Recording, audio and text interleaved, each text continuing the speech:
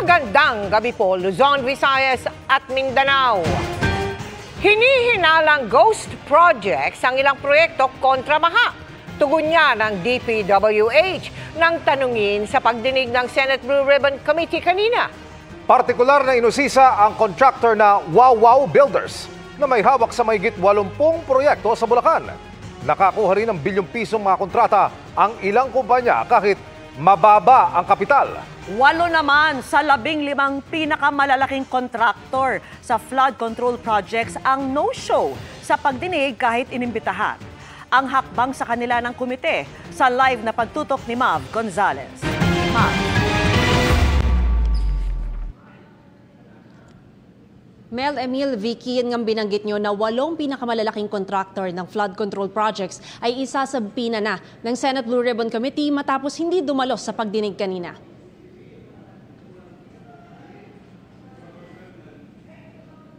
Kinumpirma ng Department of Public Works and Highways na may hinihinalang ghost projects, partikular sa 1st Engineering District ng Bulacan. My office received reports that there are ghost projects in the municipalities of Kalumpit, Malolos, and Hagonoy in the province of Bulacan. Can you confirm this?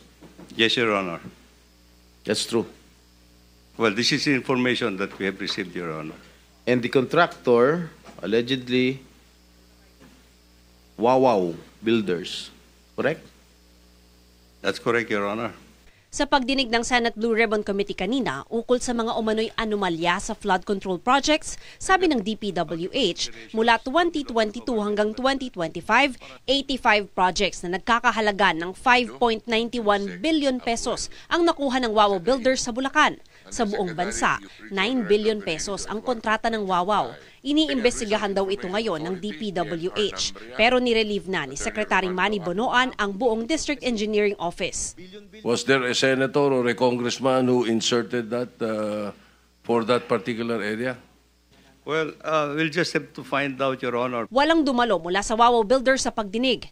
Inamin naman ni Bonoan na may ghost project sa nakaraang 2 taon. Kung nakalagay doon completed tapos ghost, di lahat nung nag-report hanggang doon sa USEC. I'm not saying involved yung USEC. Kasi nire-report lang sa kanila. Pero lahat ng bumaba, involved sila. Kasi bakit sila magre-report na completed kung wala? Meron po yung Quality Assurance Unit in all levels, Your Honor. Meron sa District Office, meron din sa Regional Office, and meron din sa national level, Your Honor. Isiniwalat naman ni Senador Win Gatchalian ang mababang capitalization ng mga kontraktor na nakakuha ng bilyong-bilyong pisong halaga ng flood control projects. Ang MG Samidan Corporation halimbawa, 250,000 lang ang paid-up capital pero mahigit 5 bilyong piso ang nakuhang kontrata sa gobyerno. Ang QM Builders naman, 1.25 million pesos lang ang paid-up capital pero mahigit 7 billion pesos ang nakuhang kontrata. QM Builders. Ang kanyang contract is 7.3 billion. Pero ang kanyang capitalization is 1.2 million. So ang punto ko ho, meron ho talagang mga tao na linalaro po yung pre-qualification stage. Sagot ng may-ari ng QM Builders, 2 ang kumpanya nila. Isang hardware store at isang construction na pareho ng pangalan. Siguro raw para sa hardware store ang nakuhang financial statements ng senador. Ang sinasabi niya, meron siyang 40 billion pesos. Yung NFCC, kinocompute ng times 15 yon, Mr. Chair. Halimbawa, may 1 billion ka sa bangko. Pwede ka sa 15 billion. Kaya kami montrata hanggang 40 billion. Pero uminit ang ulo ni Blue Ribbon Committee Chairman Senador Rodante Marcoleta nang sabihin ng QM Builders na wala pa silang nagawang proyekto sa gobyerno. Hindi ka pa nakagawa ng project? Hindi pa kasi yung nag-asawa ko ng 1991, nag-upisa kami sa hardware. Yung maliit na hardware, nagtitinta ng bambo, mga ganun Bakit nasama ka sa 15 contractors sa listahan ng Pangulo? Gumawa na tayo ng flood control projects. O ngayon gumawa ka na naman. Ano ba talaga yung totoo? Baka hindi ka makauwi sa araw na ito. Nagsisinungaling ka na naman eh. Kanina sinabi mo hindi ka pa nakapag-umpisa eh. Meron akong hawak na martilyo rito, sinasabi ko sa'yo. Mr. Chair. Huwag kang tatawa-tawa kasi hindi nakakatawa ito, ha? Mr. Chairman. Dito lang nagsisinungaling ka na eh. Sa huli, pinasumiti na lang ng komite ang financial statements ng kumpanya. Sabi naman ni Senador Mig Zubiri, walang magagawa ang Public Works at Budget Departments kung magpasok ng kung ano-anong proyekto ang mga mambabatas at maisabatas ang national budget. Paglabas po ng budget, iba nang itsura ng budget, wala na po silang magagawa dahil batas po yan. Kailangan po nilang i-implement yun. That's the elephant in the room. Where are the sources of these funds? And let's expose it once and for all. Parang nangyari sa Napoles, lumabas lahat ng pangalan. Samantala, pinapa-reallocate ni Senador Bam Aquino ang 243 billion pesos na pondo para sa flood control sa 2026 national budget papunta sa mga munisipyong tukoy na madalas bahain. Matapos naman isnabi ng pagdinig, pinasabpina ng Senate Blue Ribbon Committee ang 8 contractors na kasama sa pinangalanan ng Pangulo na 15 pinakamalalaking kontratista ng gobyerno sa flood control.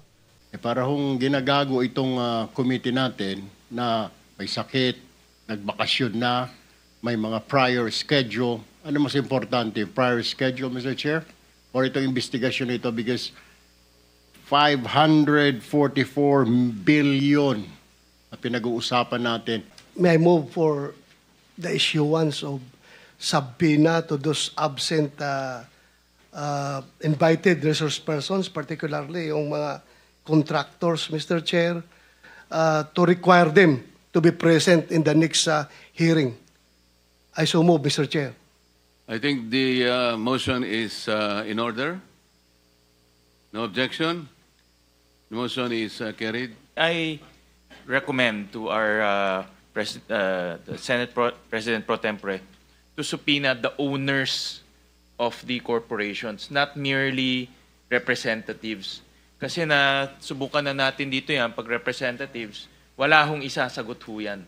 Kasama sa mga sinabpina sila Sara Discaya ng Alpha and Omega General Contractor and Development Corporation, Maria Rome Angeline Rimando ng St. Timothy Construction Corporation, Yumir Villanueva ng Top Notch Catalyst Builders, Aderma Angeline Alcazar ng Sunwest Incorporated, Luisito Tiki ng LR Tiki Builders Incorporated, Edgar Acosta ng Hightone Construction and Development Corporation, Romeo Miranda ng Royal Crown Monarch Construction and Supplies Corporation, at Mark Alan Arevalo ng Wawaw Builders.